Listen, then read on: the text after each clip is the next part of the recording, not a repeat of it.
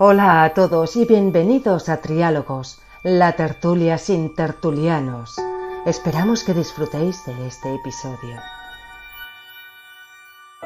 Buenos días, buenas noches, buenas tardes y bienvenidos a un episodio más de Triálogos, la tertulia sin tertulianos.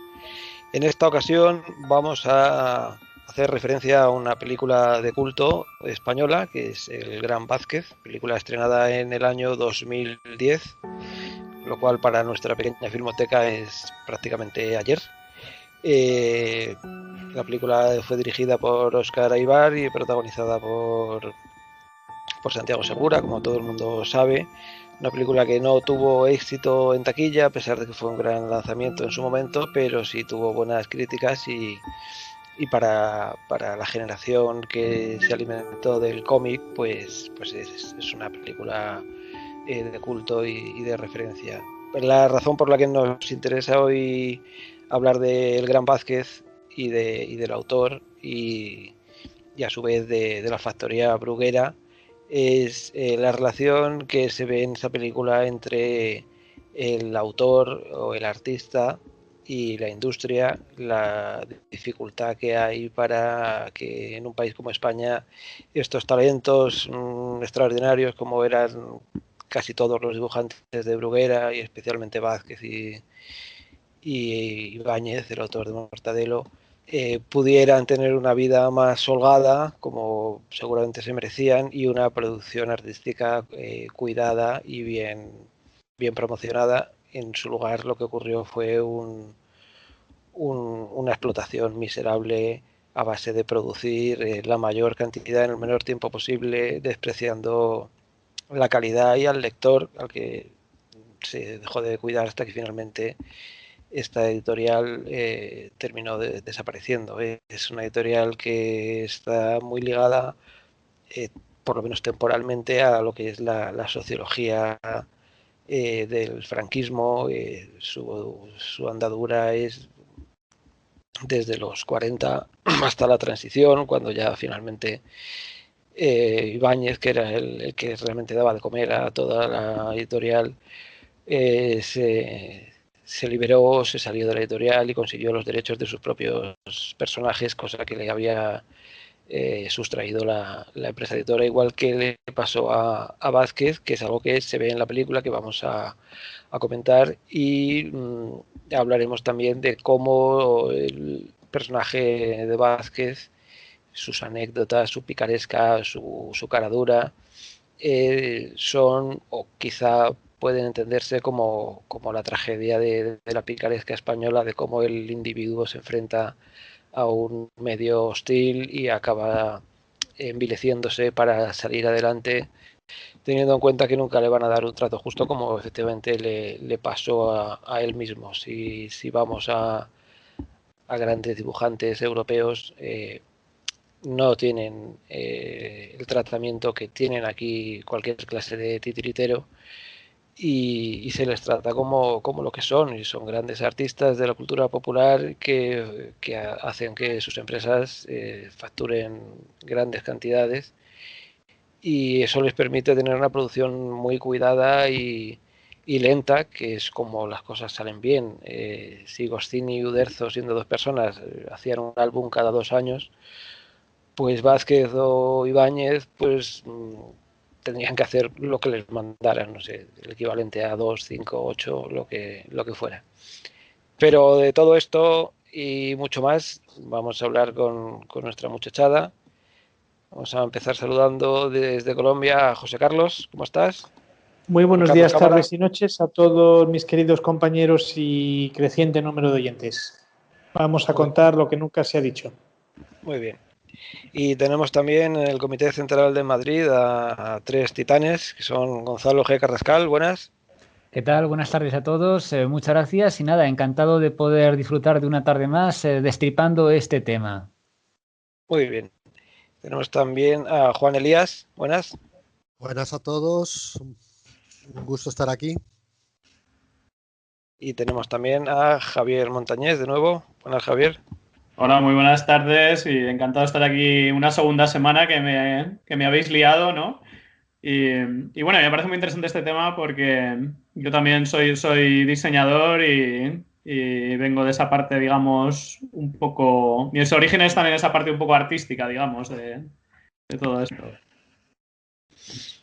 Pues si queréis, lo primero que podemos hacer antes de meternos en otras honduras que vayan saliendo es rápidamente comentar la película, simplemente si nos ha interesado, si nos ha gustado, si creéis que cuenta bien la época, si os imaginabais que podía ser así de siniestro el mundo Bruguera cuando lo leíais de pequeño, en fin, ¿cómo lo veis? Yo empiezo yo. Bueno, a mí lo que me llamaba mucha atención, yo sobre todo era fan de Mortadelo y Filemón, digamos, como que de Vázquez tampoco leí tantos cómics. Yo era muy fan de Mortadelo y Filemón y para mí, yo que me crié en los 80, para mí era muy interesante porque era como una ventana a un mundo que ya había desaparecido de algún modo, ¿no? O estaba desapareciendo. Todos esos personajes que aparecían, los serenos que por la noche, los guardias, esos franquistas, cuando, no sé, los botijos, algunos objetos que aparecían todo el rato, me llamaban mucho la atención, ¿no? Me parecía como una puerta abierta hacia una dimensión que ya no existía. No, sin duda, como comenta Javier, yo también somos quintos y de verdad que en ese sentido puedo decir que la impresión también que me generaba era la misma. Era una opción de tener una ventana que me reconciliase con un tiempo que no he vivido y que para mí era el inmediatamente anterior a mi más o menos toma de conciencia en tanto que individuo recién llegado al mundo, con lo cual, bueno, es la perspectiva de poder disfrutar de un entorno, digamos que alterado por el humor que impidiese tener conciencia de cómo era la realidad antes de mi llegada, era sin ningún tipo de dudas gracias a este tipo de programación, ¿no? de proyectos editoriales que permitían, bueno, visualizar una realidad sin ningún tipo de dudas distorsionada, pero creo que mucho más pegada a la realidad en términos de crítica social de lo que podíamos hacernos idea. Pues yo no sé si es la interpretación de Santiago Segura, y hablo estrictamente sobre la película, pero mi conclusión es que es el gran Vázquez, o Vázquez, es un personaje tan fascinante como desagradable es la persona. O sea, el señor es estos que dices, me alegro de no haberlo conocido y de que no formara parte de mi vida. Ahora, eso sí, la película muy interesante y el personaje, sin duda, interesante también. Bueno, es que el personaje es todo un personaje. Bueno, de hecho es el que vive en el ático de 13 Robert Percebe, para los que no lo sepan. Es el moroso. El que está perseguido, el moroso, que siempre está perseguido por los acreedores. Yo personalmente diría que, bueno, sí me crié más con Mortadelo y mi primera aproximación a Vázquez no fue por Anacleto, sino que fue por esos últimas viñetas en las que ya se dibujaba a sí mismo como un ser cínico, vamos, que se repetía tal y cual era. Y entonces, no sé, sí pude no adivinar conscientemente, pero sí esa visión ya un poquito desengañada de la vida.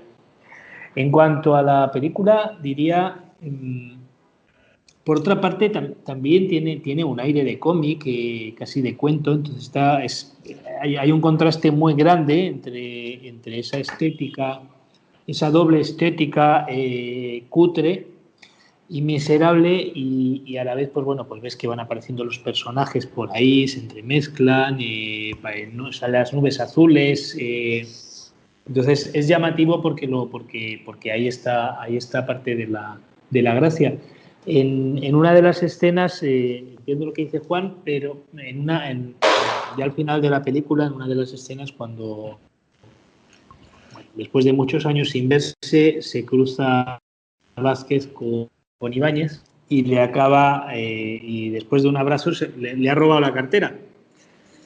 Y entonces, claro, la primera reacción de Ibáñez cuando se da cuenta de esto es le quiero matar a este miserable canalla sinvergüenza cómo me he dejado engañar, pero al segundo ves al actor que se queda así parado y se empieza a reír. Es que él es así y esa era la gracia, así es como se le apreciaba, ¿no? Y eso y posiblemente eso es lo que de ahí le venía ese talento, ¿no? De ese ingenio, de esa picardía. Yo recuerdo una sensación de pequeño que era que, aunque, vale, todos estos cómics eran en un tono de humor, de alguna manera como que percibías que ese mundo estaba lleno de timadores, de ladrones, de jefes tiranos, o sea, creo que, y eso lo explica el propio director de la película en una entrevista que había en Días de Cine, me parece que era. Bueno, había una entrevista en la que decían que a través de esos tebeos, que bueno, no se llaman ni cómics, en España se llaman tebeos, a través de esos tebeos era mucho más fácil esquivar a la censura que a través del cine y podían reflejar muy bien esa sociedad, ¿no? Que a priori en el cine tenía que parecer perfecta, la familia perfecta, el trabajo perfecto, el jefe perfecto, y a través del cómic eran capaces de esquivarlo de alguna manera, ¿no? Creo que eso es muy interesante. Y yo de pequeño, aunque no era muy consciente de ese mundo del que hablaba antes, de esa otra dimensión que yo me había perdido, sí que de alguna manera percibía eso, ¿no? Como que había algo oscuro, ¿no? En todos esos cómics. Había un mundo muy oscuro ahí que yo no veía todos esos ladrones por la calle y todos esos timadores y toda esa picaresca, ¿no? Que aparecen en los tebeos. Bueno, es que sin duda, como bien planteas, el TVO lo que permite precisamente es mostrar una realidad tamizada a través de la distorsión del humorismo.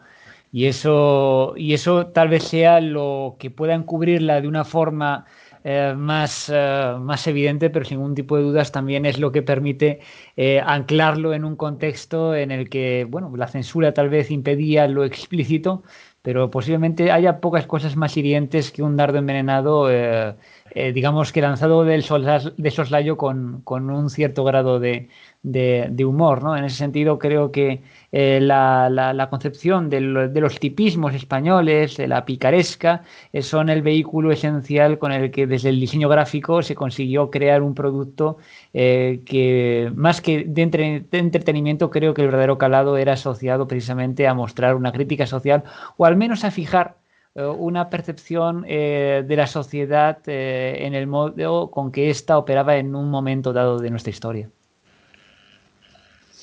A mí esa es la parte que más me interesa de toda esa época, de esa editorial, y que en parte lo refleja la película, y que creo que se ha perdido, por lo menos yo desconozco si puede existir algo equivalente, yo creo que no. De hecho, en los kioscos ahora lo que se venden son llaveros de Madrid y abanicos y cosas así, ya los TVOs ni siquiera existen. Y creo que se está recuperando y dignificando esa parte de la cultura popular que era muy potente, tenían unas tiradas muy grandes y prácticamente 2-3 generaciones de españoles se educaron leyendo unos cómics de muchísimo nivel y que eran específicamente ibéricos, aunque habían aprendido a dibujar leyendo las tiras extranjeras, enseguida crearon un estilo y una temática propia, que es la temática, pues esto de el hambre, por ejemplo, ¿no? Carpanta persiguiendo un pollo, tuvo Escobar 40 años dibujando a Carpanta intentando comerse un pollo y los españoles seguían entendiendo que eso daba un tema que en otro país, pues en el 50, 60, aquello ya no habría dado juego. Los protagonistas casi siempre eran personajes adultos, muy pocos eran niños. Cuando ya avanzados los 70 sí empezaban a dibujar personajes infantiles, pandillas, pero eran personajes adultos enfrentados y arrojados a la crudeza de la vida de un país que los tritura. Y sobre eso vuelvo a retomar lo que he comentado del propio Vázquez. Siempre está esa frase popular de José López Vázquez tendría 3 Oscars en América, ¿no? Y bueno, ¿qué habría sido de estos dibujantes en una industria que no hubiera sido tan ibérica y si se les hubiera permitido desarrollarse como un dibujante francés o belga. Bueno, ciertamente el problema que planteas es terrible por lo que representa, ¿no? Realmente la concepción de cómo otros países han entendido que esos productos editoriales formaban parte de su esfera de ámbito cultural y en tanto que productos culturales no hacían sino ahondar en un posicionamiento de una cultura nacional y por tanto formaban parte de su marca. Y en la medida en la que eran conscientes de ello, tenían, por tanto, un sentido del respeto que tenían que tener tanto por el producto final como, por supuesto, por los autores de dichos productos, que no hacían sino realmente engrosar lo que es en sí el acervo nacional en un dominio que hasta entonces no se había desarrollado en el ámbito cultural, digamos, de la prensa y de lo que son las ediciones, como era precisamente el cómic. En ese sentido, lo que relatas no es más que parte de la tragedia o nada más que un caso más de la tragedia nacional que nos aqueja en tanto que España, desde el punto de vista de una sociedad que no ha sabido valorar institucionalmente el recuerdo de unos autores que desarrollaron, por tanto, e incrementaron un acervo cultural del que todos formamos parte, del que todos somos conscientes, porque se ha llegado a fijar incluso en nuestro vocabulario. Pasar más hambre que Carpanta eran usos generales que hacían referencia pues a una serie de digamos que conocimientos compartidos por un ámbito generacional en torno a un hecho cultural que sencillamente, pues como otros tantos, no han sido puestos en valor. A mí hay un tema que me parece muy interesante y es como de nuestras carencias hacemos nuestras fortalezas, porque el estilo del cómic español al final es muy característico, tiene un trazo rapidísimo, o sea, no tiene nada que ver con el cómic americano, que todas sus viñetas o las ilustraciones son muchísimo más elaboradas.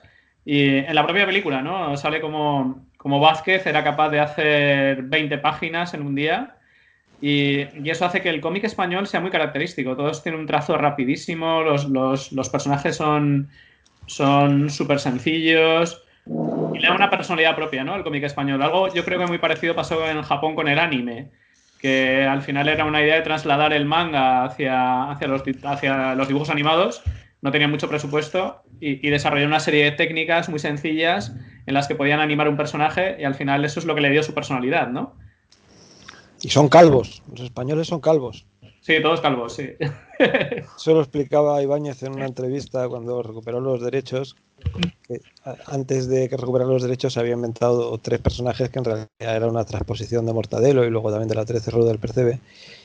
Y para competir con Bruguera, porque en ese momento ocurría algo insólito, y es que Bruguera publicaba mortadelos falsos y Ibáñez no podía seguir dibujando mortadelos, entonces inventó 3 personajes y para competir decidió hacer el sobreesfuerzo de hacerlos con muchísimo pelo. Y entonces explicaba que en Bruguera todos los personajes eran calvos porque te ahorrabas horas y horas de dibujar el pelo, que es lo más complicado. Estaba hablando Juan, ¿no? No, bueno, yo quería preguntaros, porque todos sabéis más que yo de este tema, ¿cuál es la relación entre los cómics de superhéroes o los tebeos de superhéroes y este tipo de tebeos?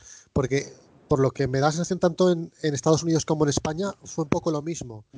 40 y 50 superhéroes, 60 y 70 contracultura o cómics protesta o como queramos llamar que es esto.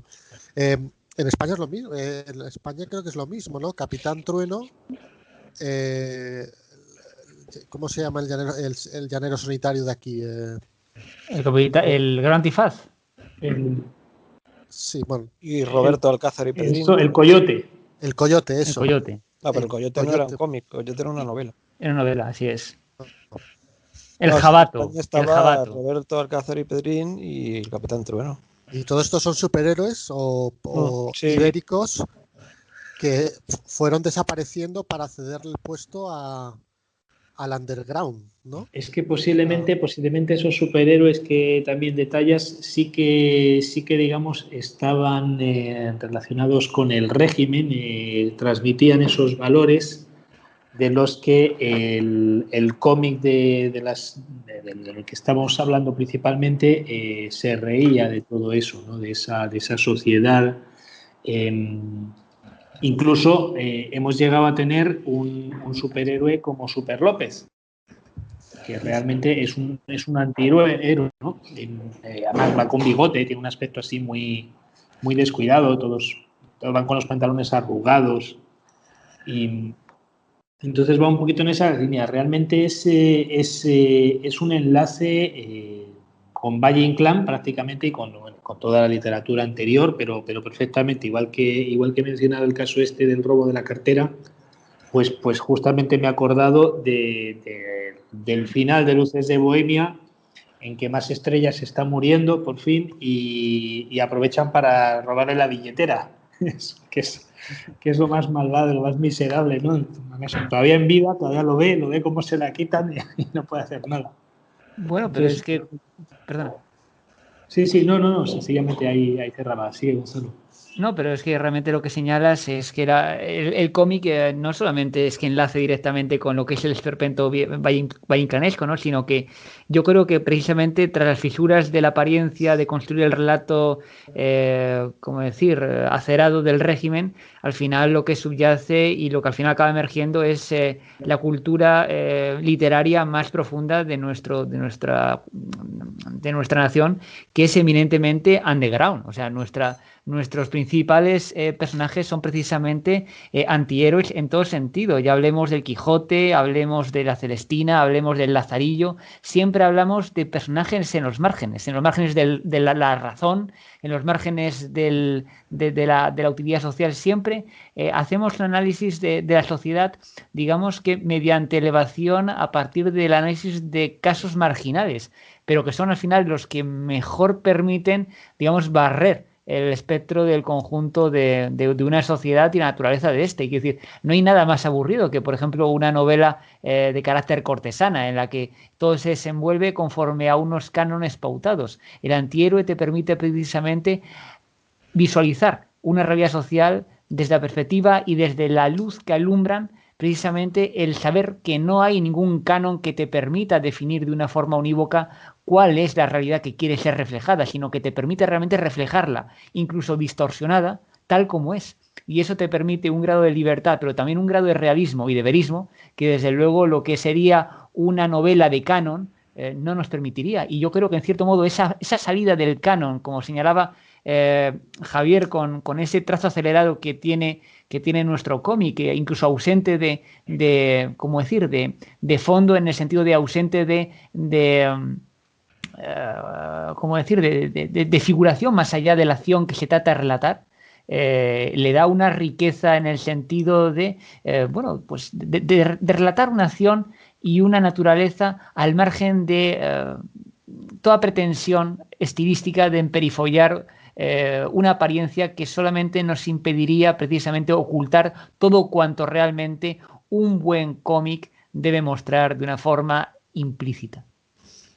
Sobre esto y en relación a lo que ha empezado a comentar Juan, hay una época que además tenía que ver con las restricciones del propio papel, que era muy difícil imprimir, y que había una presencia más dura del régimen en cuanto a no solo a censura, sino también a indicar un poco, en eso enlaza con el momento actual, que desde el gobierno o el ministerio se veía mejor un tipo de historia que otro y se potenciaba. Entonces esa es la época de los héroes españoles, Morales, de Capitán Trueno, Roberto Alcázar y Pedrín, pero cuando poco a poco se permite que haya más industria privada real y se buscan temáticas que de verdad interesen por sí mismas, lo que sale es lo que estamos comentando, que es el propio humor español, que siempre es en negativo y siempre es una visión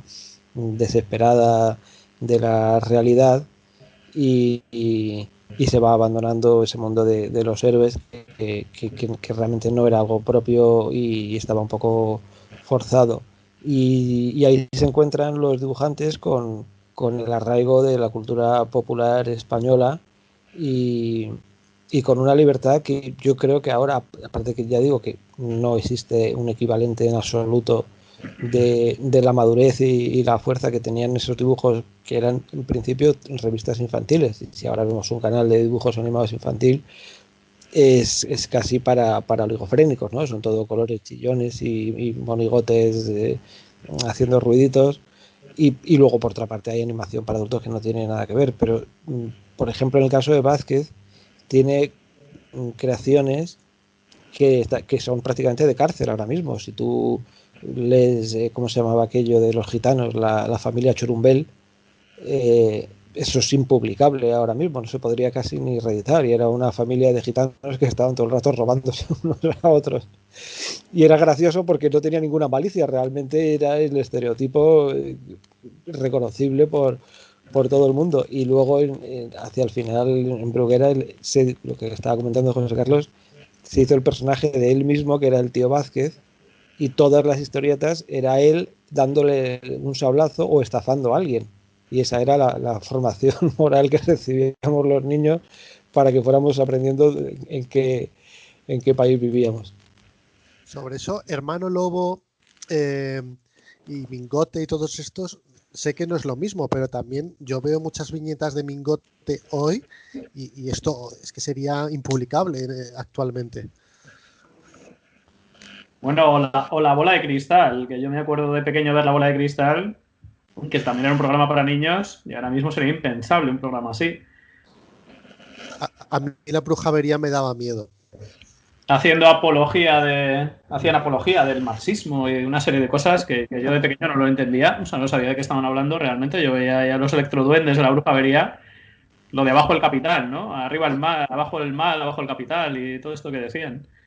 Era una pasada aquello. Ese programa lo quitaron a las malas también, ¿no? Sí, creo que sí. Algo... Sí, de manera bastante abrupta, ¿no? Bueno, en todo caso está claro que la tendencia infantilizadora a la que se ha asumido la sociedad, pretendiendo darla productos acabados y por tanto aparentemente más maduros, es evidente. Como bien señala Miguel, al final, al día de hoy, en los kioscos, la oferta de publicación real apenas ha cambiado, en términos de que solamente podemos referirnos a las publicaciones que aún a día de hoy pues haga Ibáñez, o todavía a lo mejor la de Super López, para poder realmente encontrar algo de aquello que tuvimos, porque realmente todo cuanto es la publicación actual ha quedado enormemente empobrecida e infantilizada a partir de una pretensión, yo creo que engañosa, por la cual un producto a lo mejor más sofisticadamente acabado ha querido darse como de mayor calidad y ni mucho menos. Pero en todo caso, como bien señalas también, es un poco absurdo el pretender hacer una crítica de un texto cualquiera extraído de su contexto temporal. Hablabas precisamente de la familia, ¿cómo decías que se llamaba, Miguel? Creo que se llamaba la familia Churumbel. La familia Churumbel. Bueno, me viene al caso el recuerdo en el caso concreto de Tintín, que hablábamos antes de figuras nacionales. Bueno, yo creo que Tintín es posiblemente, por contra, el caso emblemático de un tebeo y de un personaje elevado a la altura de héroe nacional, en el caso precisamente de los belgas. Es un producto estrella que casi se ha convertido incluso también en un diseño popular y con marca propia, que no hace más que realmente poner a Bélgica en el mapa en muchos casos, que por contra pues nada tiene que ver con la falta de reconocimiento que han recibido nuestros autores. Pero Tintín tiene la posibilidad y tiene la gracia de una lectura temporal que lo que nos permite es ir viendo cómo evolucionó realmente durante el siglo XX, desde su primera aparición con Tintín en el país de los soviets, de cómo fue evolucionando realmente socialmente, tecnológicamente, políticamente el mundo. Me viene por cuenta el pensamiento acerca del análisis de las tiranías, no solamente con Tintín en el país de los soviets, sino, por ejemplo, incluso la incursión dentro de una tiranía en el número del caso Tornasol, me viene a la mente, o cómo Tintín en la Luna supuso, bueno, pues la fijación de una carrera espacial entre dos superpotencias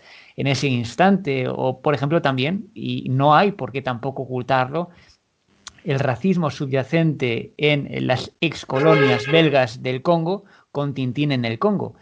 Muchos lo quieren tildar de racista. No, oiga, en todo caso será un texto que lo que hace sencillamente es recoger una manera con que la sociedad en ese instante se representaba, se imaginaba y definía su relación con respecto a otros países y otros continentes, y cómo podía hacer o no del concepto de la raza un elemento de diferencia o no. Y eso, por tanto, creo que tiene que ser analizado en tanto lo que es una pieza anclada en el tiempo. No, uno no puede pretender extrapolar y dar un juicio de valor desde un presente dado de una obra que ha sido establecida y es fruto de su tiempo. Y si no te es propio ese tiempo, juzgarlo es sencillamente una descontextualización que creo que no se atiene a ningún enjuiciamiento de análisis real. Y por tanto creo que en ese sentido esa falta de respeto por algunos autores sencillamente porque fueron fruto de su tiempo y contrastan con respecto a nuestra moral presente, no deja de ser nada más que una mojigatería. Realmente lo que hay que hacer es valorar el trabajo que representa precisamente ese producto que se nos ha legado. Y luego los enjuiciamientos morales, oiga, mire, esos se pueden dejar para aquellos que hagan política de ello o se ganen la vida de esa manera. Pero cuando uno juzga un texto o juzga un autor, lo único que puede hacer es juzgar la obra. En el caso que comentas de Tintín en el Congo, me parece que los chavales de hoy no van a poder hacer todo eso porque está prohibido. Ese álbum está excluido de la colección. Bien, sí, a ver, sí, obviamente porque nuestros usos y nuestras concepciones son distintas y además menos mal que han sido así, pero que en tanto texto y producto se tiene que comprender en tanto lo que es y en tanto lo que es hay que valorarlo. No hay que tampoco rasgarse las vestiduras ni quemar ningún libro en ninguna pira. Sencillamente hay que, Nada, bueno, pues, como pues cualquier ya te obra, digo analizarla. Pues eso, que lo han quemado, que ya no existe, que no puedes ir a comprar ahora mismo una librería de Tintín en el Congo. Claro, en tanto lo que es y en tanto lo que era. Como bien explicas, está contando la sociedad de ese momento y ya no podemos reabrir. Cosa que bueno, que también se plantea para obras que, bueno, pues si nos retrotraemos a 2000 años atrás, ¿cuántas obras podrían ser quemadas hoy en hoguera? Uno que también es un icono nacional es Asterix, ¿no? Y Asterix es, desde luego, sí que eso es un panfleto nacionalista francés de principio a fin. ¿Lo es? Y muy cuidado por ellos mismos. Tienen hasta un parque temático de Asterix. Tienen un parque temático de Asterix en París y aquí pues podría haberse incluso planteado un parque temático de Ibáñez, por ejemplo, ¿no? Bueno, no sé si tanto, pero desde luego bien llevado, que yo creo que es lo que comentaba yo al principio, que la industria no ha cuidado y en realidad no ha sacado el auténtico potencial desde merchandising, películas, mil cosas que podrían haber aprovechado si hubiera habido un tejido pues que lo permitiera. En el caso de Ibáñez, él empezó, como era un genio, tenía la capacidad de hacer lo que quisiera con una velocidad sobrehumana, que es además algo muy propio del trabajador español, y además de producir todo lo que le pidieran más rápido que nadie, él intentó ser un autor de calidad y su primer álbum era un álbum largo con una historia compleja y que tardó mucho tiempo en hacerlo. Y le dijeron en Bruguera que muy bien, muy bonito, muchas gracias, pero que no hiciera más, que lo siguiente ya le dirían ellos los plazos y el criterio con el que tenía que hacerlo, y ya nunca más. Ahí se frustró su posibilidad de hacer un trabajo equiparable a lo que pueda ser un trabajo de Asterix o del Gué con Tintín. Sí, sí, perdón. Sí, no, era eso. Sí, que a mí me parece muy interesante que Ibáñez también, yo creo que era muy consciente de ese rol de crítico social, ¿no? Porque luego en los 80 saca 3 personajes que se llaman Chicha, Tato y Clodoveo, no sé si los conocíais.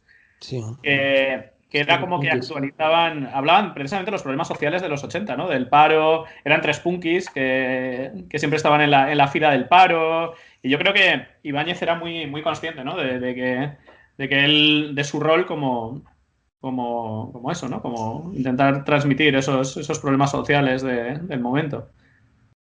Hombre, yo creo que Siempre había un guiño a la actualidad en todos los cómics de Ibáñez. Eran cuando sacaba, por ejemplo, los que iban sobre las Olimpiadas, sobre los Mundiales.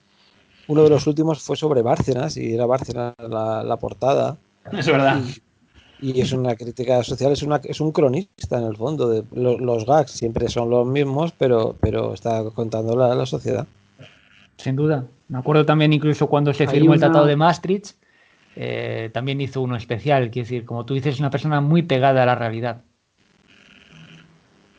Sí, claro, porque además, repetir ese modelo pues le obliga, es la manera que tiene de renovarse, porque como dice Miguel, al final son los mismos gags que nos van a hacer siempre gracia, ¿no? Pero es la única manera de desarrollar nuevas historias. Hay una cosa que os quería comentar, con esto desgraciadamente tengo que terminar, esta vez muy a mi pesar me marcho pronto. Si nos fijamos en 2 portadas de Ibáñez y Vázquez, y a colación de lo que explicaba Miguel del empresario que exprime hasta la última gota del trabajador, lo refleja también la película, es el personaje siniestro, que es el contable, les obliga, esto aquí, esta esquina está todavía muy vacía, pinta ahí un ratón o lo que sea. Y entonces, lo he comentado precisamente con Miguel unas cuantas veces, os he mandado 2 portadas muy, muy representativas de Mortadelo y de las hermanas Gilda. Podéis apreciar en la de Ibáñez cada detalle, hay un degradado en el cielo, incluso la propia firma es un personaje que cobra vida. Al fondo hay unas torres de oficinas, una de ellas con unas aspas de molino de viento. A todo le va sacando algo, y de todo pues tiene el Mortadelo, tiene un cordón desatado. Todo es una recreación, y al contrario tenemos una portada que os he ofrecido por ahí de las hermanas Gilda, en la que el chiste simplemente es la situación, aparecen las 2 protagonistas y nada más, vemos una pared completamente vacía que ocupa 2/3 de la página y nada más, y lo resuelve con esos 2 trazos. Entonces es una cosa interesante que os dejo ahí para que sigáis comentando vosotros. Y por lo demás, hasta la semana que viene. Estupendo, hasta la semana que viene. Muchas gracias. Carlos. Hasta luego. Buena semana. Hombre, en todo caso queda explícito en estas 2 imágenes que nos ha mostrado José Carlos, realmente que al final Vázquez optaba por una resolución lo más simple posible y desde luego situacional, en el que muchas veces el contexto es lo de menos, sino la acción desarrollada entre los personajes, que realmente es donde se encuentra el humorismo. A menos que haya algún tipo de relación antitética entre la acción y el contexto queda necesariamente borrado porque realmente es irrelevante. Queda perfectamente definido una vez quede claro dónde se desarrolla la acción. Pero la acción realmente es lo que carga realmente de humorismo todo lo que es en sí la viñeta, y en ese sentido creo que Vázquez contaba con una capacidad de síntesis magnífica, que contrasta por otro lado, no hasta el punto, no solamente contrasta con la propia concepción de Ibáñez, sino que también yo creo que es la antítesis completa del preciosismo, por ejemplo, de las viñetas de Tintín, que no sé si recordáis todas sus historias tienen una tendencia al detalle que es incluso pasmosa desde la perspectiva de composición de viñeta a la hora de hacer el contexto donde se desarrolla una acción. Me viene a la mente ahora cuando era chaval y a lo mejor pues a mí en aquella época me gustaba mucho ver avioncitos y cosas espaciales y tal, y me acuerdo perfectamente de dos números suyos. Uno era Tintín y el vuelo 714 con destino para Sydney, y el otro era Viaje a la Luna, y lo que eran las viñetas en las que a lo mejor la acción en la que se desarrollaba era mínima, pero el contexto dibujado en la viñeta era de un preciosismo y de detalle que, por el contrario, tendía precisamente a digamos, a un apego a una realidad contextual excesiva, abrumadora en algunos aspectos, de cómo realmente un avión está diseñado, de cómo es realmente un dispositivo de despegue espacial, y por contra, pues a lo mejor la acción queda mermada. En el caso español está claro que la acción es donde se encuentra todo el desarrollo en el personaje, y por tanto, bueno, pues creo que el modo con que Vázquez entendía que era la creación situacional era sencillamente formidable. Bueno, y que Vázquez, también he estado viendo unas cuantas entrevistas sobre Vázquez, y hay un tema vocacional. O sea, Ibáñez al final, bueno, era un dibujante por vocación, pero lo que decía Vázquez es que a él no le gustaba dibujar. Él se consideraba un moroso profesional. O sea, dibujaba porque no le quedaba más remedio para ganarse el pan, pero no le gustaba dibujar, era muy vago. A él lo que le gustaba era, pues eso, pues estafar y liar a la gente, y él mismo se definía como un moroso profesional. O sea, aparte de la propia industria, ¿no? De las exigencias de la industria que nos hacían dibujar rápido, que no podíamos caer en ese preciosismo, pero en estas dos viñetas se ve muy claramente eso, que al final Ibáñez sí que lo hacía por vocación, y el otro se quedaba en lo mínimo que podía hacer para que le pagasen, que es lo que le importaba. Pues la imagen de Ibáñez tiene bastante chicha, porque también está reflejando una cocina miserable con una chimenea ahí rota. Esa es la de Vázquez. Es la de Vázquez. Sí, perdón, la de Vázquez. Bueno, es que no deja de ser el contexto real, ¿no? Sintético, era su estilo, ¿no? Y por supuesto es verdad que su estilo, dentro de su genialidad y su talento, era ahorrarse horas de trabajo para irse al bar. Pero el dibujo queda perfectamente encajado, y resalta el chiste y el personaje. No dejan de ser dibujos con el propósito humorístico de resaltar la broma, el gag.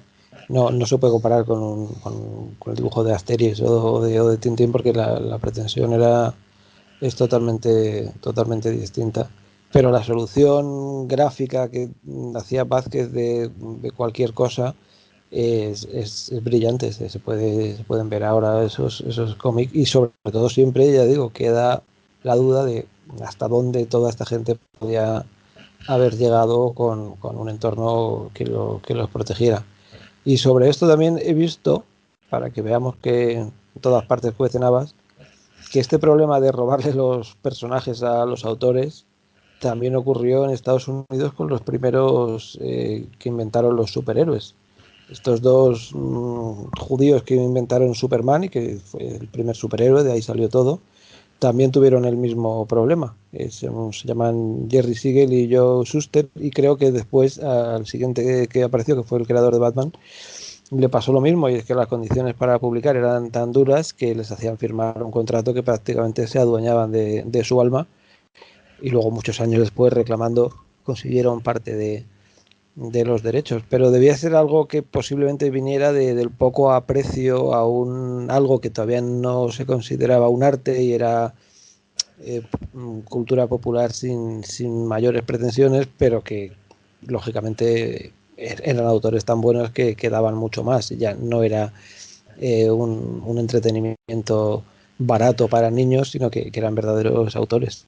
Bueno, pero sin embargo la querencia por los superhéroes de la cultura americana a partir de los 30 se entiende contextualizado dentro de lo que es la concepción de una nación, de un estado en proceso creciente económicamente, un enriquecimiento paulatino y una creciente conciencia nacional en términos de potencia del contexto global, y por otro lado también dentro de lo que es la dinámica, bueno, pues de haber salido de una guerra mundial o estar en ese ámbito de combate en el cual realmente se pugna por una supremacía con respecto al resto de estados, con lo cual la heroicidad o la figura del superhéroe como el justiciero universal, que puede quedar al final como la personificación de aquello que el Estado en sentido metafórico pretende erigirse en tanto que figura de referencia del contexto político mundial, queda bien tramado.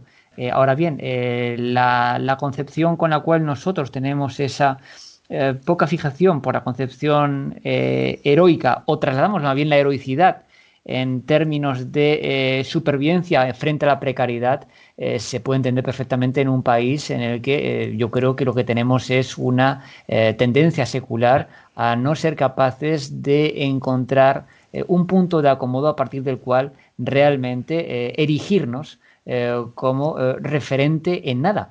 Y precisamente de ahí yo creo que surge la carencia de la figura del rol del héroe y la poca apetencia por este, porque realmente la heroicidad implica una notoriedad y la expresión, digamos, de una presencia que no sé si carecemos de los fundamentos para poder realmente jugarla en términos sociales, en términos nacionales, o si realmente jamás se nos ha infundido tal.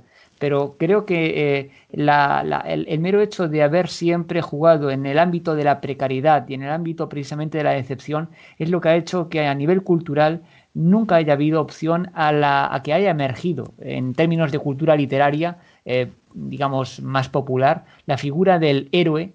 Y si este se da, siempre tiene un cariz tan trágico que está más próximo precisamente a su antítesis que a este. ¿Qué opináis? Yo creo que todo esto hunde las raíces, ¿no? en la cultura, pero ya no solo española, sino un poco también mediterránea en general, ¿no? O sea, esa figura del pícaro, de convertir en un héroe al pícaro, que creo que es muy, muy común, que esto en la cultura anglosajona seguramente no se entendería, porque a lo largo de la película también se ve, ¿no? Cuando el propio Vázquez aparece en televisión y él mismo dice lo que decía yo antes, ¿no? Que él se considera un moroso profesional, todos sus compañeros de oficina al final como que le alaban, ¿no? Le aplauden y le tratan como un héroe. O sea, eso nosotros de alguna manera convertimos en héroes a los pícaros, a los esto en otras culturas no sería así, ¿no? Ya, pero la picaresca proviene precisamente de la injusticia. de la injusticia social, de la falta de equilibrio y de bienestar público. A la postre, la picardía surge precisamente en el momento en el que hay tal grado de precariedad y tal ausencia de riqueza que hace precisamente que la lucha por la vida se convierta en hostilidad en vez de realmente, sencillamente, pues un desarrollo y de crecimiento personal en el cual, bueno, pues hay margen a que las personas puedan plantearse el hecho de tener figuras de valor como ejemplos, pero cuando uno tiene que batirse dentro de un ámbito social en el que sabes que la economía,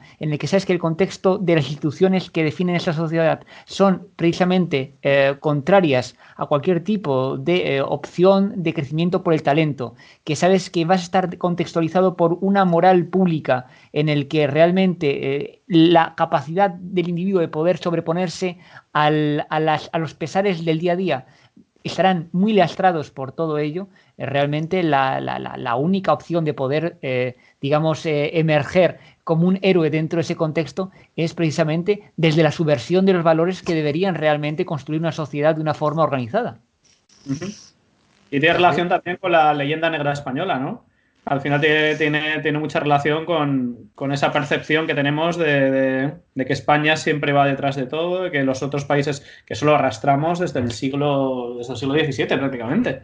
O sea, arrastramos esa leyenda negra.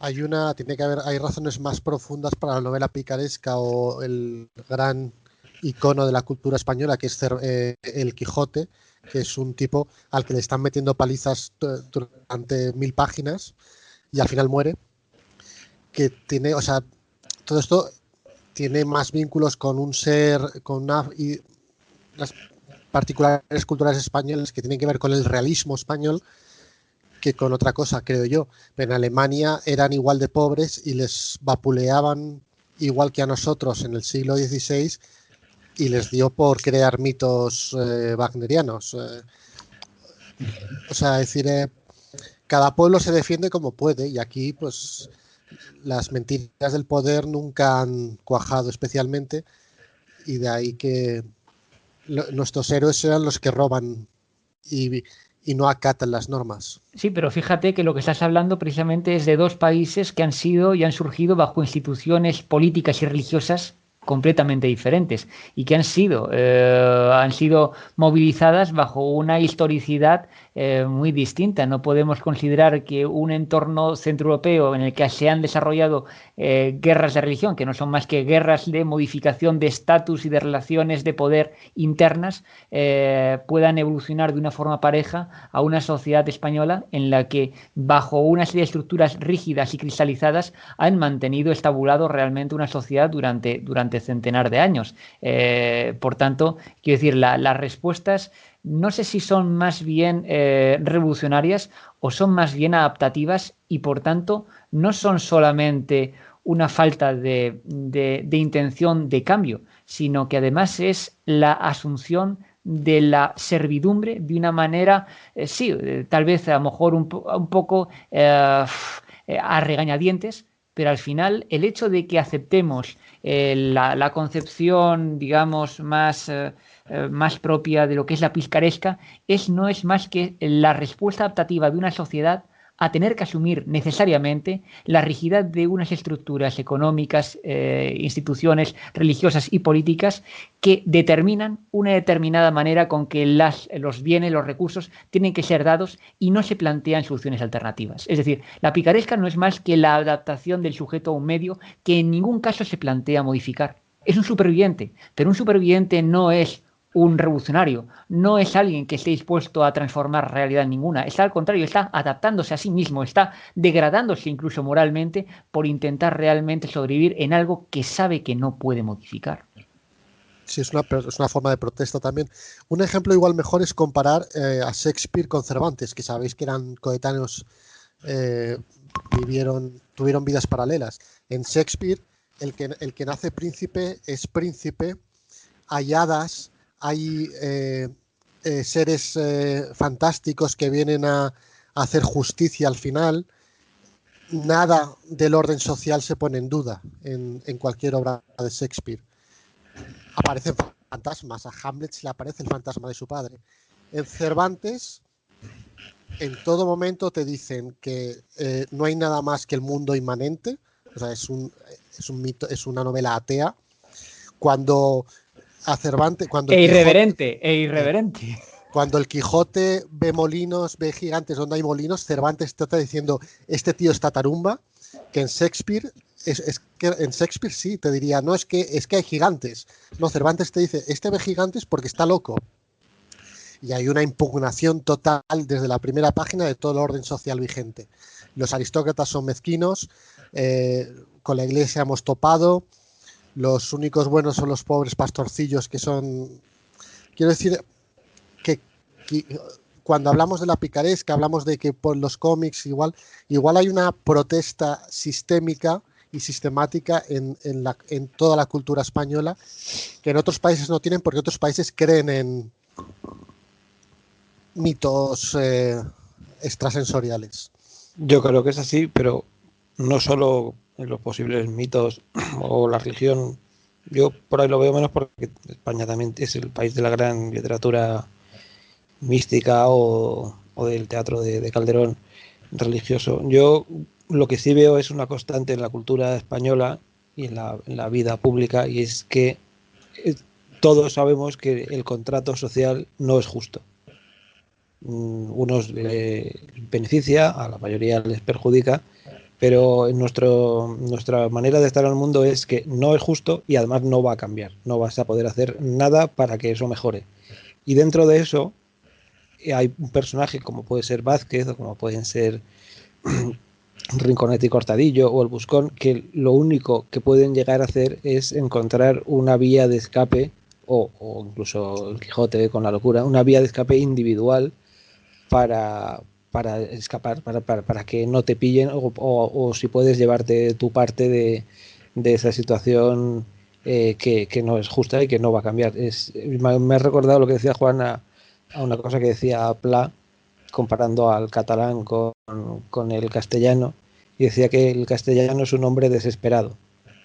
Y eso es algo que viene como mínimo de la Edad Media y que no ha cambiado. Bueno, de hecho estamos en una época especialmente desesperada y en la que tenemos claro que no vamos a mejorarlo como sociedad y en todo caso celebraremos si conocemos a alguien que ha conseguido dar un pelotazo o amorrarse algún caño o esquivar que Hacienda te robe lo que necesitas para sobrevivir. Y en ese sentido es más potente literariamente un personaje como por ejemplo Vázquez, porque por supuesto no es un ejemplo moral ni es un buen tipo. Vázquez era un auténtico gusano como persona que destruyó a todos los que le rodeaban, dejó a 4 o 5 familias abandonadas, engañaba al sastre, al casero, pero en esa escena de la película en la que consigue burlar de vez en cuando la injusticia de la empresa, los pobres compañeros que están allí doblando el lomo le ven como un héroe, porque realmente es lo más cerca a una liberación que van a poder vivir nunca, y luego inmediatamente van a seguir doblando el lomo y dibujando como cabrones. Así que sí, que yo creo que está encajado en la tradición literaria más profunda y que por alguna razón no nos vamos a librar de eso nunca. No, sin duda, son al final figuras de supervivientes, pero al final la única opción que nos proporciona realmente la cultura autóctona es la salvación individual. O sea, no hay ningún tipo de principio de relato que nos permita comprender que la sublimación del individuo parte precisamente de unos valores comunes que desde el punto de vista social son aquellos que nos permitirán realmente lograr salir adelante. Al contrario, todo aquello que tú has relatado perfectamente, tanto la locura de Quijote como la manera con que bueno, los personajes de Vázquez con sus triquiñuelas y sus maneras pues trataban de sortear la precariedad, no son más que la expresión precisamente de un sálvese quien pueda, y de un sálvese quien pueda que permanece inmanente, como bien dices, generación tras generación. Habría que preguntarse precisamente cuáles son las naturalezas de esas instituciones que impiden realmente ese cambio y en qué medida realmente la modificación de las apariencias que los sucesivos regímenes que hemos tenido no son más que las sucesivas máscaras de una inmutabilidad inmanente. Sí. Yo matizaría que Calderón de la Barca también en su época era ya elitista. O sea, yo me refería más bien a cultura popular. Sí. Bueno, y Quevedo es ese ejemplo, ¿no? Tiene una parte política muy corrosiva, pero en el fondo está metido en la cultura popular, ¿no? Pues el buscón. Y que tampoco resulta que había un principio, en ese sentido también sigue siendo individualista incluso a propia autoría. O sea, incluso el propio, quiero decir, el propio... iba a decir Lope Vega, no, disculpa. El propio Quevedo tenía también sus más y sus menos, y también en el ámbito público, digamos, incluso la pretensión de zaherir públicamente a sus coetáneos. Yo me acuerdo lo que mantuvo con Góngora. Y con ello quiero decir que Araposte también es un ámbito cultural en el que no solamente las obras aparecen, digamos, mostrando individuos que tratan de salvarse a sí mismos frente a todos, sino que son los propios autores los que en cierto modo ya se atacan mutuamente, no comprendiéndose realmente como expresiones distintas de una misma cultura, sino tratando precisamente de, pisándose unos a otros, conseguir una supremacía que realmente solamente el trabajo y el talento en una sociedad más o menos sana debieran ser los únicos motores para que cada cual pudiese tener su parte precisamente del pastel, ¿no?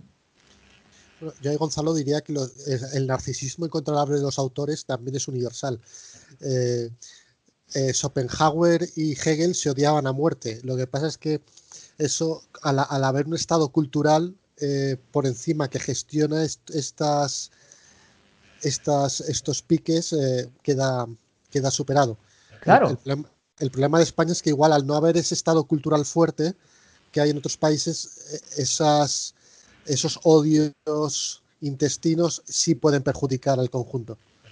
Es que si no hay iba a decir que si no hay un elemento regulador que realmente ponga en valor y vaya creando ese acervo y evite justamente esas interacciones negativas, sino que realmente vaya consolidándolos como parte de lo que es el contexto cultural nacional, al final todo eso se acaba diluyendo, al final no se acaba adquiriendo realmente la profundidad que el tiempo realmente debiera darnos como sucesivas generaciones seguidas unas tras otras, en las que vamos realmente acumulando una expresión o una determinada manera de ser que otros países, por ejemplo, me viene a la imagen Francia, realmente van consolidando y van manteniendo. Y desde luego eso también entronca con lo que es una cultura archivística, en el sentido de que todo cuanto sean manuscritos, notas, todo aquello que forma parte del material productivo de un autor, ya sea gráfico, como en el caso de Vázquez, o sea de cualquier otro tipo de índole, quedan perfectamente registrados, quedan perfectamente conservados, y en el caso francés la propia República se hace precisamente garante de velar por la continuidad y por la conservación de todo eso, que no es más que algo que una vez que el individuo muere, la República toma para sí como parte del acervo que tiene que mantener y conservar para seguir, digamos, legitimando su propia existencia. Puede que ahí esté un poco el origen también de ese cortoplacismo español y de la cultura del pelotazo, ¿no? El hecho de que no haya unas estructuras fuertes que nos defiendan o que nos sustenten de alguna manera. El hecho de que pensemos en ese coge el dinero y corre, ¿no? De que aprovechemos, no tengamos fe en el futuro, en que vayan a mejorar las cosas, sino que pensemos a corto plazo. Porque yo también estoy viendo, ¿no?, que esa figura del pícaro sigue existiendo ahora mismo. Lo que pasa es que ahora se ha digitalizado y se han dado muchos casos estos meses de estos supuestos gurús tecnológicos que aparecen en las redes sociales, ¿no?, que te prometen el oro y el moro, que te dicen que despidas a tu jefe, que... No sé si lo habéis visto vosotros, ¿no?, en aplicaciones o en redes sociales, el típico anuncio que te salta todo el rato de un tipo que está en una isla paradisíaca y que te dice que ha descubierto el secreto para que tu negocio crezca y que lo único que tienes que hacer es pagarle un máster de 4.000 euros, y al final te das cuenta que lo que hay detrás son estructuras piramidales, ¿no?, y que rozan la estafa, que yo creo que, no sé, algunas las han calificado ya ilegales, y está plagado. O sea, Internet ahora mismo igual ya no es el pícaro, no es el tonto de la estampita, ¿no?, de los años 60, de los cómics, pero las redes sociales ahora mismo están plagadas de pícaros de este tipo, ¿no?, de pícaros digitales. Bueno, España es el país de GoWex, ¿no? GoWex no llegó a existir. Y no sé si conocéis el caso de GoWex. GoWex era un héroe ibérico que convenció a todo el mundo de que podía dar internet gratis a cambio de una pequeña cantidad, y consiguió con subvenciones públicas muy potentes, y sobre todo en Madrid, y tú montabas en el autobús o en la marquesina o en los kioscos y había un cartel por todo Madrid de aquí wifi gratis, y con eso nos bastaba, con el cartel. nunca existió, cero datos, y el tipo hizo un montón de dinero. O sea, la burbuja tecnológica en España se redujo ya a la burbuja ibérica, que es que ni siquiera tenías por qué tener una empresa, sino solamente conseguir convencer a un concejalillo que te pusiera ahí el cartel y te diera la subvención. Claro, no saldremos de eso. Por eso nos tenemos que reír. Es que es algo que probablemente en otro país no lo acaben de entender por qué nos hace gracia. Pero es que es la única manera de sobrevivir, que es reírnos de ello y sacarle el acervo popular, y cada generación tendrá su Vázquez o su Quevedo o todas estas películas del desarrollismo de Tony LeBlanc. Acaban repitiendo patrones que se pueden identificar en cualquier época. bueno, en televisión ahora mismo tenemos La Casa Vecina, que es de por sí un repertorio de todos los posibles personajes, por muy distorsionados que sean, en torno a los cuales la fauna ibérica ha acabado en devenir con la estructura y la situación política económica que tenemos. Realmente es el tipismo puro y duro de lo que son las opciones sociales reales que se nos hace patentes en nuestra vida, ¿no? Y al final son todo, como bien dices, un repertorio de fracaso. Sí, una visión grotesca de la civilización occidental, ¿no? Como decía Valle Inclán. Y si queréis volvemos a la película un poco y recordamos algo que nos haya gustado ya de la película en sí misma. Por ejemplo, solo Miguel, después de que nos cuentes qué pasó con el de los autobuses. Pues al final le pillaron, pero estuvo ahí bastante tiempo.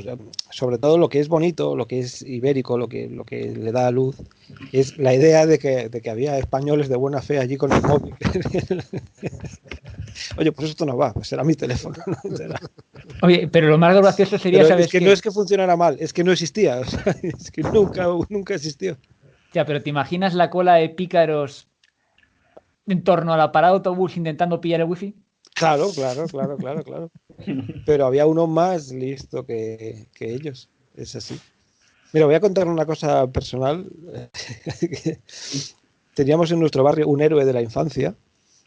Era un auténtico héroe.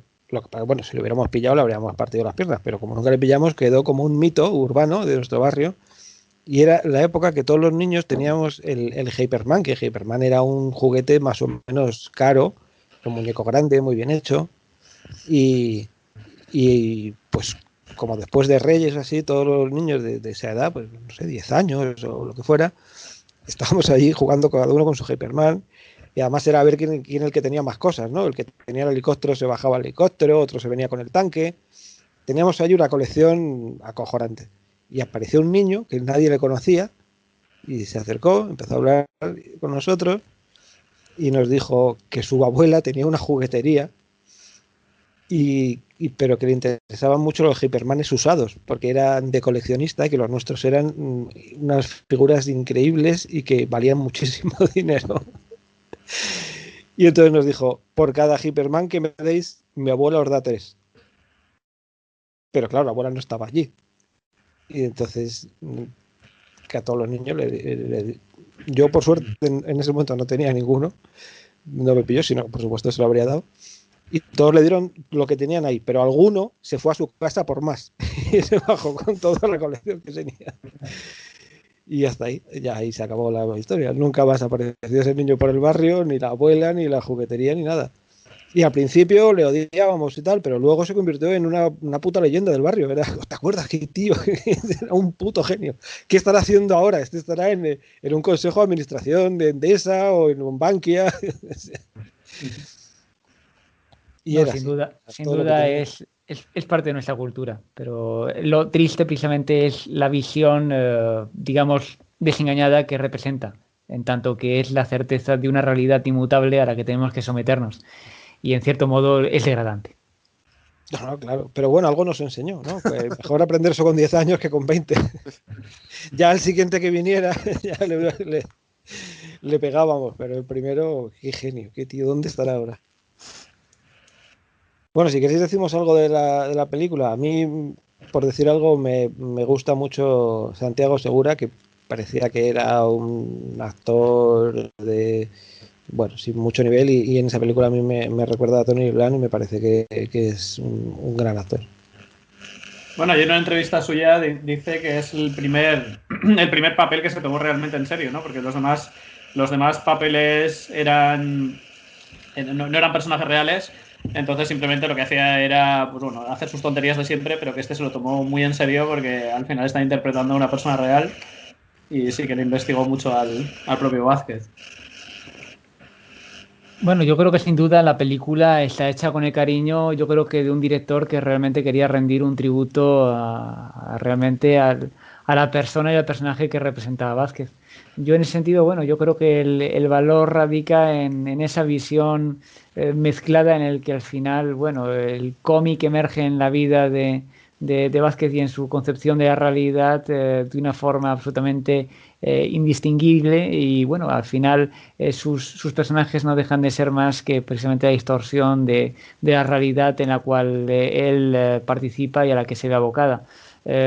Ciertamente yo creo que la pretensión siempre estilizada de mostrar la realidad es una constante en la obra de todo cómic, en la de Vázquez especialmente, y en todo caso creo que la película recoge un poco lo que es el drama subyacente sin querer cargar las tintas que representa el intento de un individuo por intentar sobrevivir en un ámbito donde las estructuras sociales, económicas, bueno, sencillamente abocan al individuo a una vida tan absolutamente, ¿cómo decir?, precarizante, que a la postre la única opción que le queda realmente es precisamente el paso adelante que la propia locura inducida del genio pueda permitirle.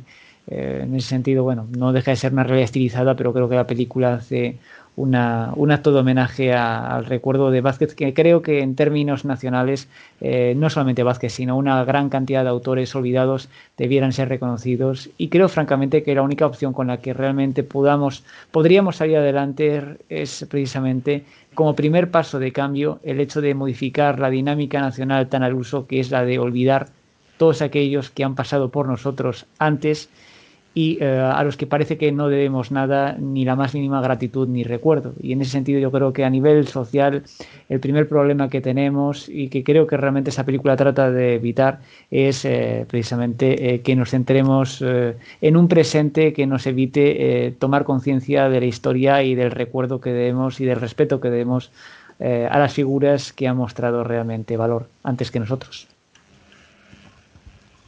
Yo de la película lo que digo, el Gran Vázquez, un personaje fascinante, pero yo no quiero a ese señor cerca de mi casa. Bueno, yo la verdad, a mí una cosa que me llamó mucho la atención es que yo vine aquí a vivir a Madrid hace unos 10 años, 11 años, en plena crisis, y yo soy autónomo. Entonces yo siempre he trabajado en espacios de estos de coworking, ¿no? Que al final son espacios compartidos de autónomos. Y me acuerdo por aquella época que llegó mucha gente, había gente muy trabajadora. Me recordaba mucho las situaciones que veía en la oficina de Bruguera. Me recordaban mucho las situaciones que yo me encontré en esos espacios de trabajo, ¿no? Que había mucha gente muy trabajadora, y luego también llegó mucha gente que, bueno, que le habían echado de su trabajo y que de alguna manera pues tenía que sobrevivir y también utilizar la picaresca, ¿no? Y me llamó mucho la atención que yo viví ya como anécdota, ¿no? Que yo viví eso mismo cuando Vázquez siempre busca como excusa que se ha muerto su padre, ¿no? ¿Sabes? Es que conocí un proveedor que su padre creo que se murió 3 o 4 veces de esto, porque siempre llegaba tarde, ¿no? Siempre con los proyectos llegaba tarde. Y me acuerdo que decía, no, es que se ha muerto mi padre, tal. Y al año me volvieron a contar que se ha vuelto a morir su padre y de 2 conocidos míos, ¿eh? O sea, yo no sé cuántas veces se debió morir su padre. O sea, que esto sigue muy presente, está muy vigente aún, ¿no? Todas estas situaciones. Sí, a mí la verdad que con mucho lo que más me ha interesado de la película es el ambiente miserable de la oficina siniestra, y dentro de eso hay otro actor que además murió hace pocos años, que es Alex Angulo se llama, el que hace de enemigo del protagonista. Y me parece que es, como personaje y como creación, es totalmente perfecto, y además es un arquetipo ibérico, que es el tipo miserable que defiende el statu quo y la injusticia de la empresa, pero que a su vez él no está mucho mejor que los que tiene por debajo, ¿no? No, ni siquiera tiene una gran recompensa, lleva toda su vida intentando comprarse un 600 y todavía no ha conseguido que se lo den, o el dinero suficiente, pero se le ve que está dispuesto a dar su vida por joder a los demás, y ese personaje me gusta mucho, y además creo que es intemporal. Sí, bueno, es el siervo perfecto, que es aquel que está dispuesto a defender su posición frente a otros siervos, sencillamente porque eso le permite la ensoñación de creerse señor. Me recuerda al personaje de la película de Tarantino, no la conocéis, que es sobre un negro que está liberado y y se mete en unos líos y va a una mansión de un tipo que tiene esclavos, que no recuerdo, Django encadenado. Sí, Django. Y que el más racista de toda la película es el mayordomo negro. Hay una escena en la que le ve montando a caballo y el mayordomo negro se queja, pero ¿qué hace un negro montado a caballo? Y dice, tú también eres negro, tío. Así es. Pues es así, pero ellos lo tienen que llevar a 1800 y nosotros lo podemos poner en 2020.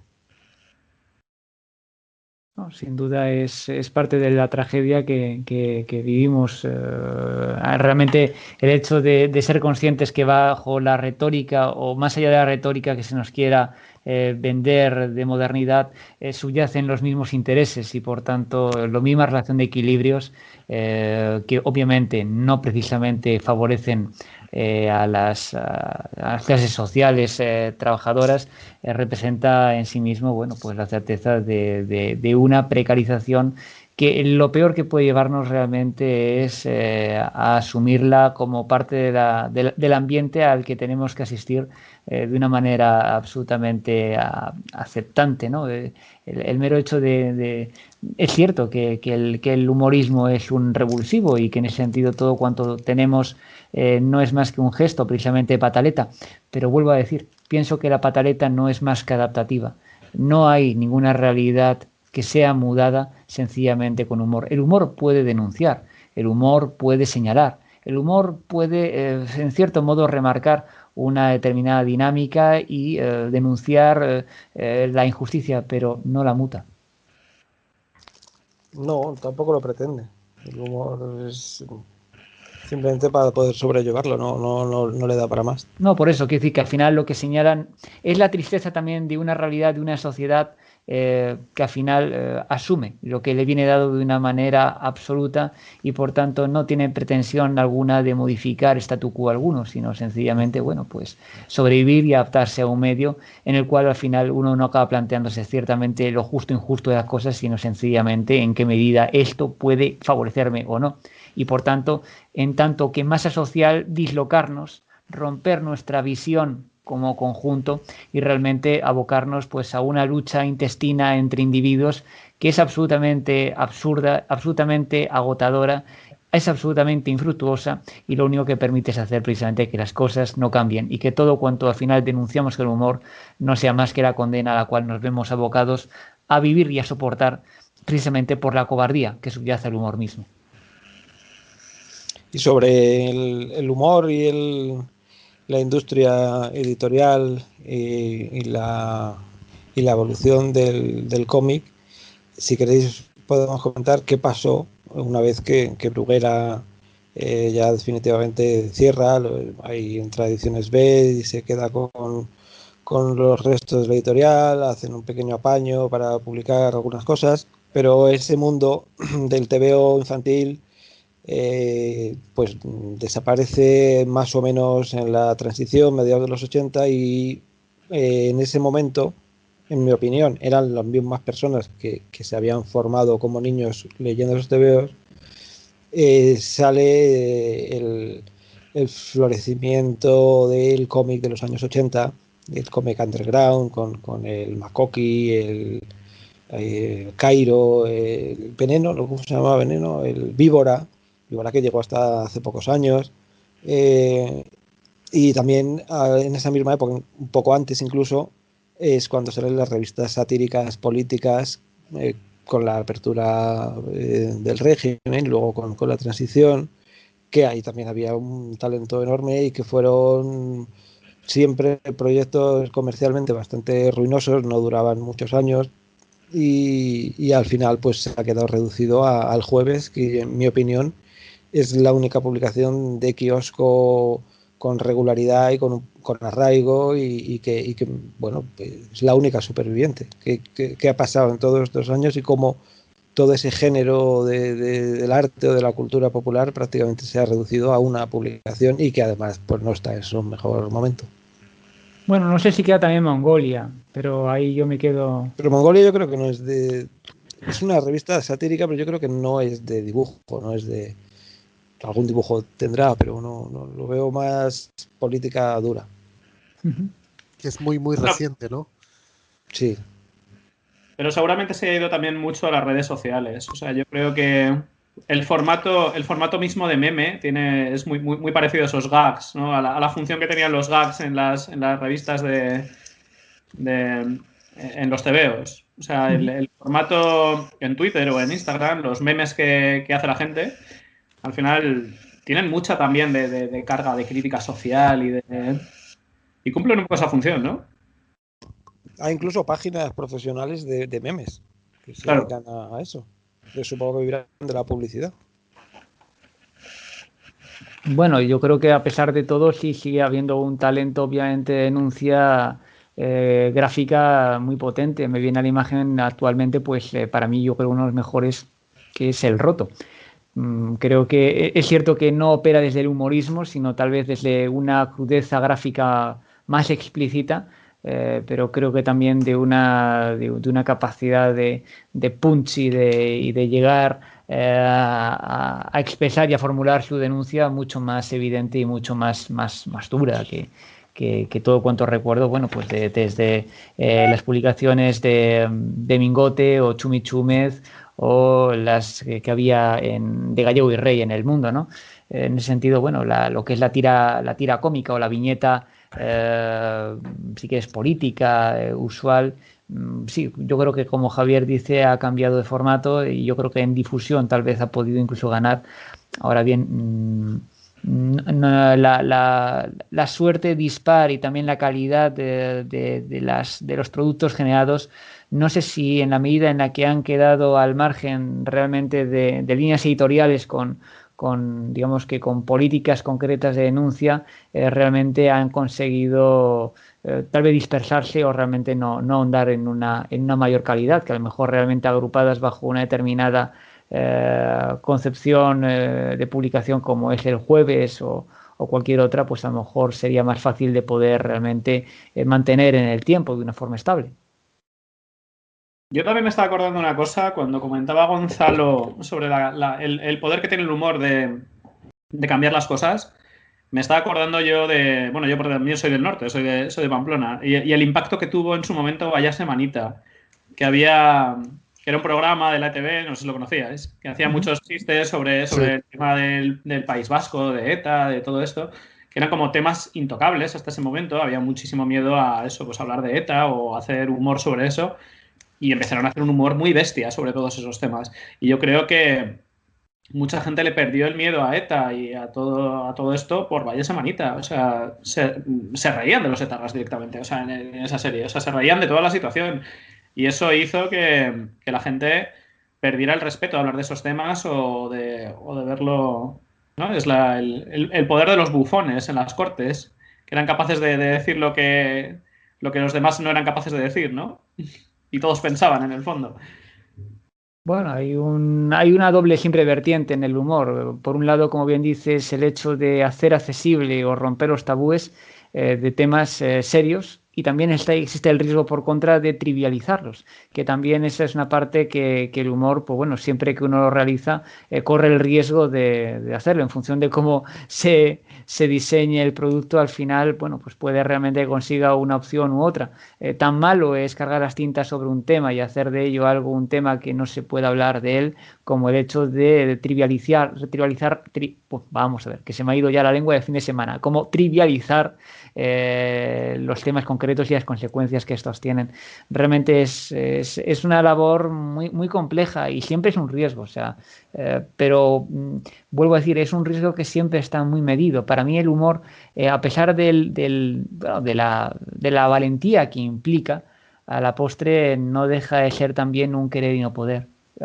En cierto modo, a mí el humor siempre me ha generado esa sensación de cierto grado de, ¿cómo decir?, de tristeza melancólica ante la denuncia de un hecho que no puedo cambiar. Me recuerda a los monólogos de Gila. Gila tenía todo el encanto de la expresión de la dureza de un tiempo, de un momento en el que se muestra toda la pobreza, las miserias, las distinciones sociales, los localismos. Tenía una construcción de relato formidable a la hora de hacer sus gags. Pero claro, esto no era más que la expresión de decir, bueno, y es que esto es lo que hay. Y es que tras el humor, al final, tras la sonrisa, una vez que se desdibuja en la sonrisa de la cara, lo que le queda a uno es la percepción real de que, bueno, si es que no hay mucho más. Y eso es tal vez la parte triste de todo humor. Claro, por eso igual ahora mismo no nos dejan utilizar a veces ni el humor. Todo este fenómeno de los ofendidos, que ahora mismo ya no se puede decir nada porque estás ofendiendo a alguien, igual precisamente es porque han visto el peligro del humor, ¿no? Que tiene también porque ahora mismo pocos chistes se pueden hacer, ¿eh? Los ofendidos y la política, la corrección política también está originando un humor más tremebundo que nunca. O sea, lo de... Claro, ahora ya hay que tener mucho cuidado de no ofender a las minorías y todo eso. Luego aparece Sacha Baron Cohen que hace Borat y fulmina todos los límites que se habían establecido al humor. Sí, pero dando siempre a quien menos problema le va a crear. O sea, en ese sentido no es un humor especialmente valiente. Sí es un humor subido de tono y fuerte y que nos llama la atención porque se sale de la medida, pero tienen mucho cuidado. Yo en ese sentido creo que vivimos una época especialmente abyecta en el que el supuesto humor es sectario y por eso no es gracioso. Entonces no es humor, es quitarle el rasgo. Por ejemplo, el humor satírico, ahora que hemos hablado del jueves, se ha convertido en una trinchera de una facción cuando el sentido de esa revista era ser satírica con la política en general. Entonces, si hay gobierno de X signo, pues lógicamente la mayoría de los chistes tienen que ser para satirizar a ese gobierno independientemente del color que tenga. Y desde hace mucho tiempo es solamente un órgano de expresión de la izquierda y eso no por ser de la izquierda, sino porque ya no es gracioso, porque es previsible. El humor tiene que ser imprevisible y libre. Y sobre lo que dice Gonzalo, yo creo que tampoco hay que pedirle mucho más al humor, ¿no? Ya bastante es reírte de lo risible que tiene el poder, sobre todo cuando es tiránico. Bastante hacen. No les puedes pedir un programa de gobierno porque entonces tampoco sería gracioso. No, por supuesto. Ya bastante es el hecho de intentar mellar un muro como pretender creer que puede tirarlo, ¿no? Pero en todo caso, bueno, siempre es un cierto grado de desaliento es el que al final queda tras la sonrisa. En todo caso, también en la evolución con que el humor ha ido, digamos que desarrollándose en los últimos 20, 30 años, resulta también sociológicamente interesante. A lo mejor hemos ido hacia una explicitud, hacia incluso una falta también de búsqueda del ingenio, en detrimento precisamente de realmente dotar y valorar el humor en tanto en cuanto lo que es un arte que si se realiza de una manera inadecuada al final no deja de ser más que un producto grotesco.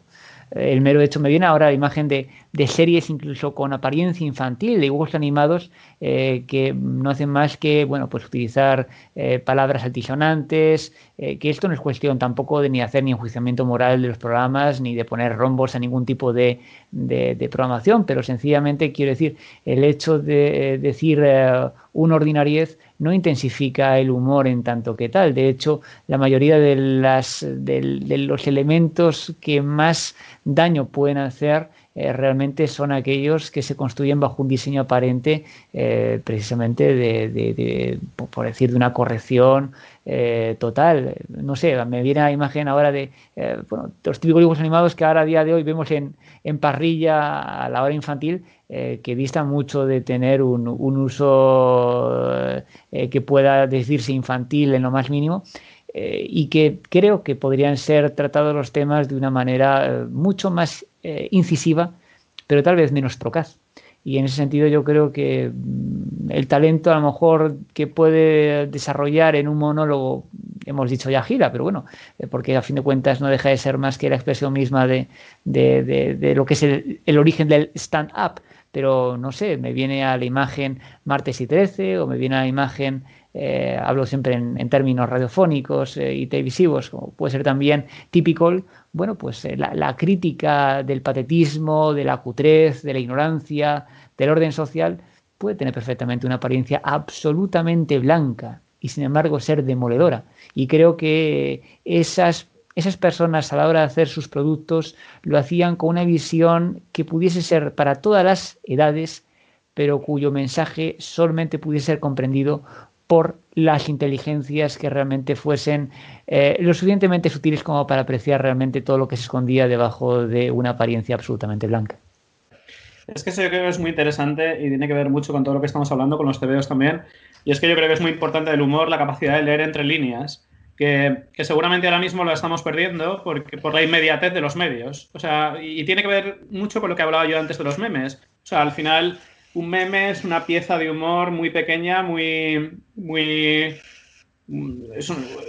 son dosis de humor que tienen que ser muy rápidas si nos quedamos en los titulares de todo, ¿no? O sea, al final nos quedamos en los titulares, que es un poco lo que pasa también en los medios, y de ahí emergen esos ofendidos, porque yo creo que nosotros hemos vivido el mundo anterior, pero hay una generación más joven que ya se ha criado leyendo solo titulares, entonces quizás está perdiendo esa capacidad de leer entre líneas, y esa parte de pensamiento crítico que tenía ese humor de los tebeos, o ese humor de Gila, que nosotros de manera natural, porque la hemos vivido toda nuestra vida, somos capaces de verlo. Y a mí me da la sensación de que las generaciones más jóvenes, pues por los medios a los que se han tenido que enfrentar, que lo han consumido todo a través de Internet y a través de redes sociales, no son capaces de leer entre líneas. Sin embargo, el problema es que sin la capacidad de apreciar lo sutil, realmente al final el individuo se ve abocado a no poder apreciar la realidad de nada. Quiero decir, porque cualquier tipo de conocimiento, ya al margen de lo que es el humorismo en sí, sino cualquier tipo de conocimiento o apreciación, ya sea de un texto, ya sea de un poema, ya sea de un desarrollo y de una formulación matemática, incluye la comprensión y el tiempo necesario para apreciar la sutileza que lleva asociado y el significado que lleva asociado a una determinada formulación sintáctica o matemática. Si se pierde esa capacidad de apreciar lo sutil en la forma y nos vamos sencillamente a la explicitud de una apariencia, al final nos topamos con una sociedad ya no sin humor, sino ya sin la capacidad de comprender ni de formular realmente pensamiento elaborado. Sí, es muy burdo. El mundo del meme artísticamente es un nivel elemental. Es muy impactante y algunos tienen, bueno, se comprueba porque se hacen virales que en el momento te consiguen llamar la atención, pero el dibujo es un arte. Y además resumir la idea graciosa. En los buenos tiempos, cuando cada periódico tenía sus 2 o 3 viñetistas, esa gente realmente pasaba el día trabajando para hacer su imagen. Y en cambio el que hace un meme pues es igual, le echa 10 minutos. No, sin duda, sin duda. Y por otro lado también es cuál es la pretensión. Quiero decir, al final el humorismo es la pretensión de hacer pensar o de ofender. Al final hay una... También tenemos que intentar comprender, no es una cuestión de hablar ahora, abrir el melón de lo que es en sí ya no lo que puede ser una limitación institucionalizada, sino de la propia autolimitación, no en tanto el alcance, sino en tanto a las formas. Es decir, hasta qué punto una imagen explícita o una palabra abrupta es más potente realmente que una imagen elaborada o que una expresión sutil. Claro, ya llega un punto en cuál es el modo con que queremos modular a la sociedad. Es decir, si queremos únicamente hacerles receptores de un mensaje explícito y, por tanto, manipulables emocionalmente en razón a, digamos, píldoras lanzadas, pues obviamente no hay nada más propicio que realmente acostumbrarse a una explicitud y a una inmediatez absoluta. Sin embargo, esa explicitud realmente, más allá de lo que puede ser la explosión de una carcajada, lleva a una reflexión posterior. Porque creo que realmente si tiene algún tipo de valor el humor es que te puede llevar a una reflexión posterior. Depende de la calidad del humorista. Vamos, Cervantes es hilarante y también te lleva a una reflexión. Por supuesto. De hecho, todo buen humorista debiera llevarte a una reflexión. Ese es un tema... Yo he visto memes curiosos también, ¿eh? Tengo que decir que también el arte de poder condensar una idea compleja en una sola viñeta. O sea, también tengo que decir que he visto verdaderos haikus, verdaderos memes que son obras de arte. Eso también, tengo que romper una lanza a favor de todo esto. Y eso es un arte también, ¿eh? Eso yo creo. Seguramente como género, al ser algo más o menos nuevo, aunque siempre de todo puedes tirar del hilo y encontrar algo parecido, pero sí estará buscando su propia madurez y habrá en algún lugar un tipo tan brillante que acaben quedando sus memes como una referencia de una manera de expresarse. Tenemos que ser humildes también y ver que no es el medio de nuestra época, pero tendrá su pozo. En todo caso, lo que yo creo que sí queda claro es que como fenómeno de cultura popular, el dibujo yo creo que simplemente ya no existe. Porque podemos recordar a Forges con su sociología, y en todas las oficinas de España había alguien que había clavado un chiste de Forges, y Forges es un señor que se murió hace ya 10 años. Si alguien joven nos está oyendo, no sabrá ni de qué estamos hablando. Y la cultura popular pues va por otro lado, y además ya es prácticamente anónima. Eso es curioso, ¿no? Porque los memes no van firmados normalmente. Sí, la autoría ahí se diluye, así es, en una nueva perspectiva de lo que es la concepción de lo que es la red social y lo que es el concepto del entorno del Internet, ¿no? Yo me quedaría de la película bueno, más que con la película, me quedaría del concepto del TVO con el valor que tiene de por sí. Para mí, personalmente, diría que fue mi acceso a la lectura de lo que posteriormente serían ya pues libros para mayores. Yo creo que para mí supuso realmente, bueno, pues un acceso digamos, al alcance de mi conocimiento y de mi comprensión de la realidad, que me permitió adaptarme, bueno, pues a un hábito que sin él, pues a lo mejor el salto a la literatura usual pues hubiese sido más duro. Desde ese punto de vista, creo que el cómic ha desempeñado y desempeñó al menos en mí esa opción de mentor que me dio, bueno, la puerta de entrada pues a lo que fue un mundo enriquecedor, pero que sin el cómic en sí mismo pues tal vez se hubiese hecho árido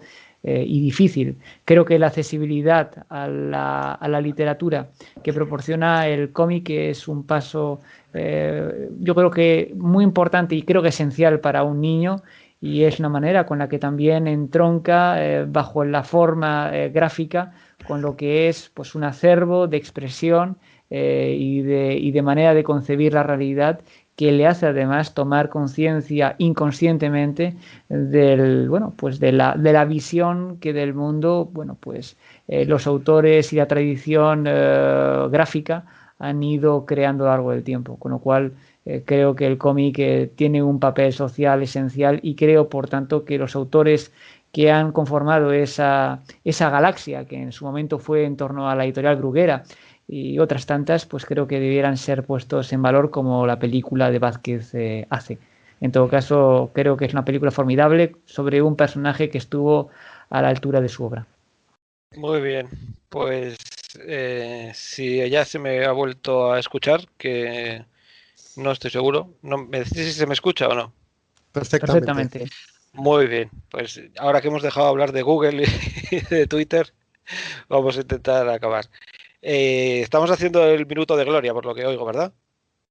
Así es, con la venia. Muy bien, pues venga, pues vamos a darle. ¿Quién, por ejemplo, Juan?